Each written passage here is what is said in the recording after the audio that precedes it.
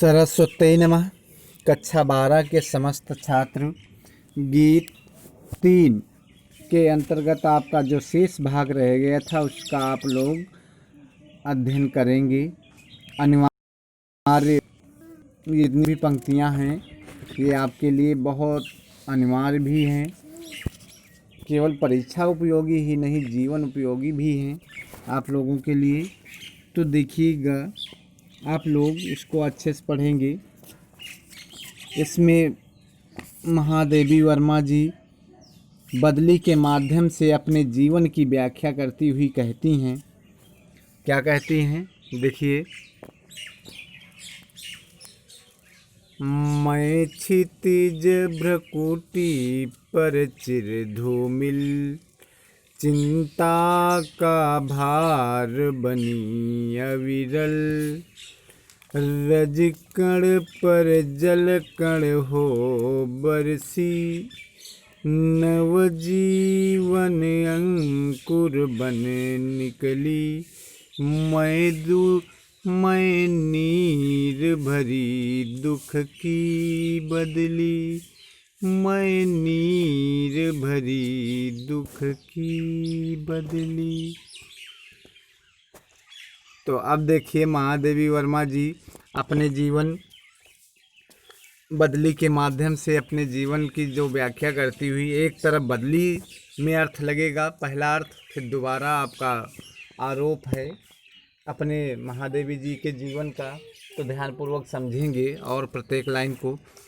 क्षितिज, क्षितिज कहते हैं जहाँ आकाश का वह कोना जहाँ धरती और आकाश दोनों मिलते हुए दृष्टिगोचर होते हैं। भ्रकुटी माने भावें, अविरल माने निरंतर, रजकण माने धूल के कण, नव माने नवीन, जलकण जल की बूंदें। तो आप लोग इतने का पहले देख लीजिए, फिर इसी प्रकार से आपको बताते रहेंगे। महादेवी जी कहती हैं, बदली जिस प्रकार से बदली क्षितिज रूपी भ्रकुटी पर, क्षितिज रूपी भ्रकुटी पर धूमिल रूप से घिरकर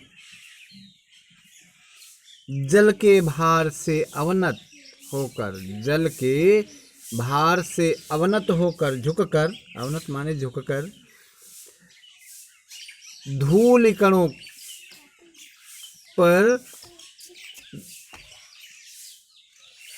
वर्षा करती है या बरस जाती है, और इस धरती को नवीन जीवन, और इस धरती में नवीन जीवन, इस धरती को नवीन जीवन प्रदान करती है,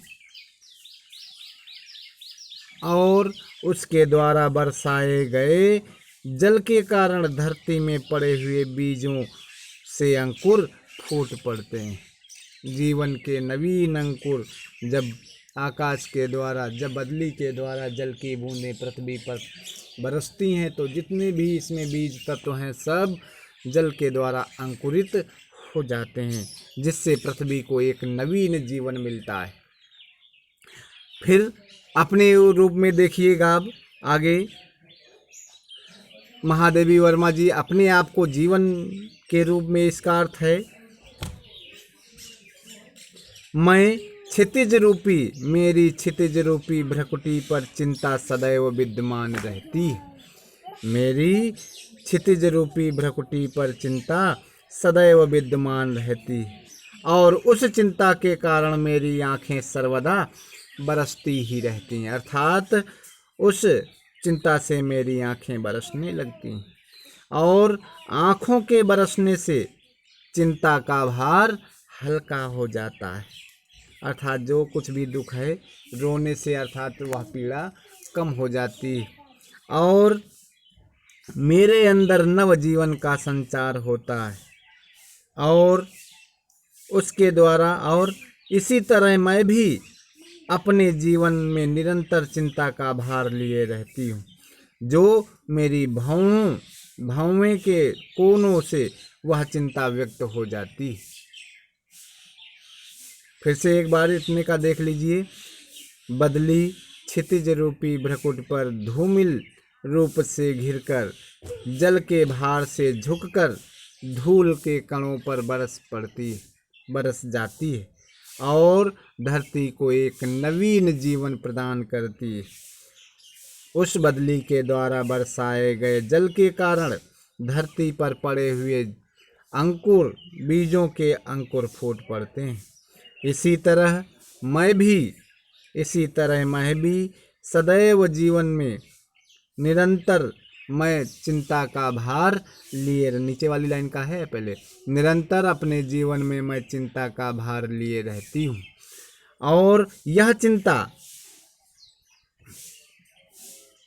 और मेरी इस चिंता को भावों के कोने, क्षितिज का मतलब कोने, किनारे ही व्यक्त कर देते हैं। आगे,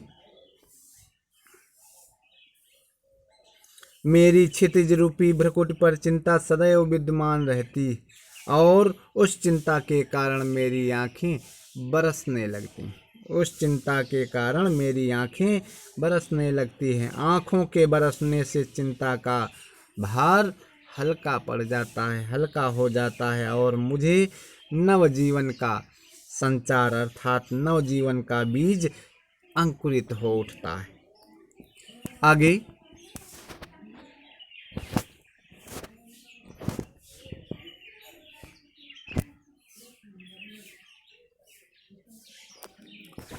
पथ को न मलिन करता जाना, पथ को न मलिन करता आना, पद चिन्ह न दे जाता जाना, सुधि मेरे आगम की जग में, सुख की सिहरन हो अंत खिली, मैं नीर भरी दुख की बदली, इस पंदन में चिर निस्पंद बना।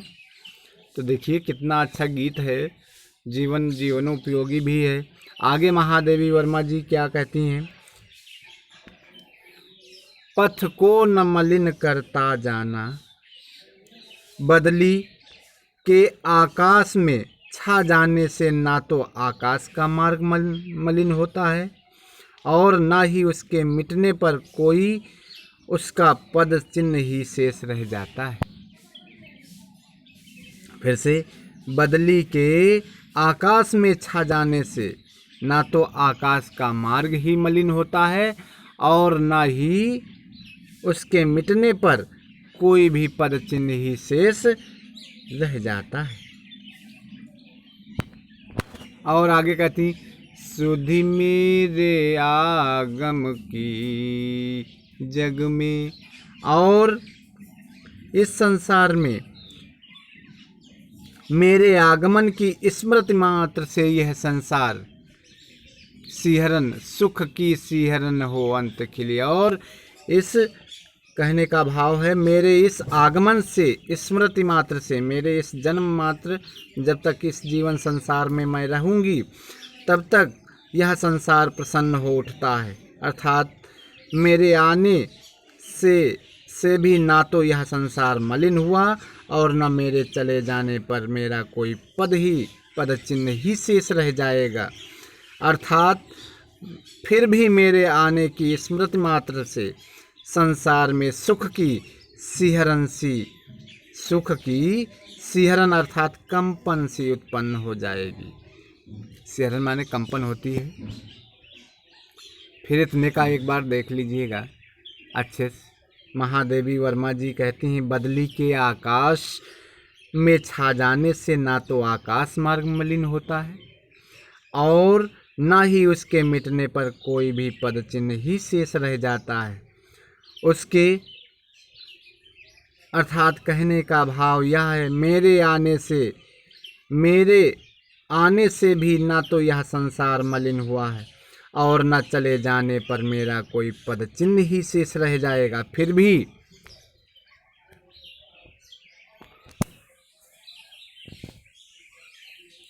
भी शुद्ध माने याद, फिर भी मेरे आने की स्मृति मात्र से, शुद्ध माने स्मृति मात्र से संसार में इस प्रसन्नता की सिहरन सी उत्पन्न अवश्य हो जाएगी। मैं नीर भरी दुख की बदली, मैं हमेशा बदली के समान जल से युक्त, अर्थात मेरे नेत्र भी जल से युक्त सदैव बने रहते। मेरे नेत्रों में सदैव आंसू भरे रहते हैं। आगे अंतिम पंक्तियां हैं, बहुत इम्पॉर्टेंट भी हैं, बहुत अच्छी भी पंक्तियां हैं ये। देखिए, काव्य सौंदर्य सब एक साथ में बोलेंगे। विस्तृत नभ का कोई कोना, मेरा न कभी अपना होना। परिचय इतिहास यही, उमड़ी कल थी मिट आज चली। उमड़ी कल थी मिट आज चली, विस्तृत नभ का कोई कोना, मेरा न कभी अपना होना। परिचय इतिहास यही, उमड़ी कल थी मिट आज चली। मैं नीर भरी दुख की बदली, मैं नीर भरी दुख की बदली। आगे महादेवी वर्मा जी कहती हैं, बदली आकाश में रहती है, बदली इस विस्तृत विशाल आकाश में रहती है, मगर कोई भी कोना उसका नहीं होता है, अपना नहीं होता है। और वह तो इधर उधर भ्रमण करती रहती है। बस उसका परिचय और इतिहास तो केवल इतना है कि वह अभी अभी उमड़ी थी और देखते ही देखते समाप्त हो गई। फिर एक बार बदली के पक्ष में देखिए, कितना सरल साधारण अर्थ है। बदली, किंतु यह बदली विस्तृत विशाल आकाश में रहती है, फिर भी उसका कोई भी कोना अपना नहीं होता है। वह तो इधर उधर घूमती रहती है, इधर उधर घूमती रहती। बस उसका तो इतिहास इतना ही है, उसका परिचय यही और इतिहास इतना ही है कि वह अभी ही उमड़ी थी और अभी ही मिट जाएगी, अभी ही। और अपने जीवन संबंधी महादेवी वर्मा जी कहती हैं, कवयित्री भी अपने जीवन के विषय में ऐसा ही कहती हैं कि यह विस्तृत संसार का कोई भी भाग अपना नहीं है। इस विस्तृत संसार का, इस विशाल संसार का कोई भी कोना अपना नहीं है। बदली की तरीके से कोई भी कोना अपना नहीं है, क्योंकि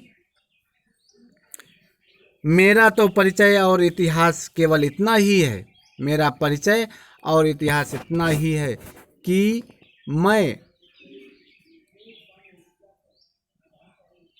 कल आई थी और आज मैं समाप्त हो रही हूँ।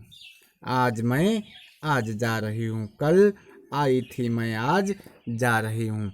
मैं अश्रु जल से भरी हुई दुख की बदली हूँ। जिस प्रकार से गर्मी पाकर मेघों का निर्माण होता है, उसी प्रकार से मैं, अर्थात मैं भी विरह वेदना से तृप्त आंसुओं से मेरी आँखें भी मेरे आँखों में भी सदैव निरंतर आंसू रहते हैं। काव्य सौंदर्य सुनिएगा अच्छे से। यहाँ कवयित्री की करुणा और विरह की अभिव्यक्ति हुई है। नंबर 2, जीवन के साथ ही, और नंबर 2 है, जीवन के साथ महादेवी जी ने अनास्था दिखाई है। आस्था नहीं है, अनास्था दिखाई है। और इस प्रस्तुत काव्य पंक्तियों के माध्यम से महादेवी जी ने अमरता की ओर संकेत किया है। शुद्ध खड़ी बोली है, वियोग श्रृंगार है, लक्षणा शब्द शक्ति है, गेय पदगीत है, माधुर्य गुण है, अनुप्रास रूपक और मानवीकरण अलंकार है। अपेक्षा है आप लोगों से, आप लोग अच्छे से इसको पढ़ेंगे और अभ्यास कार्य है तो हो सकता है प्रश्न इनके अवतरणों में से दिए हों, आप लोग अच्छे से करेंगे। धन्यवाद।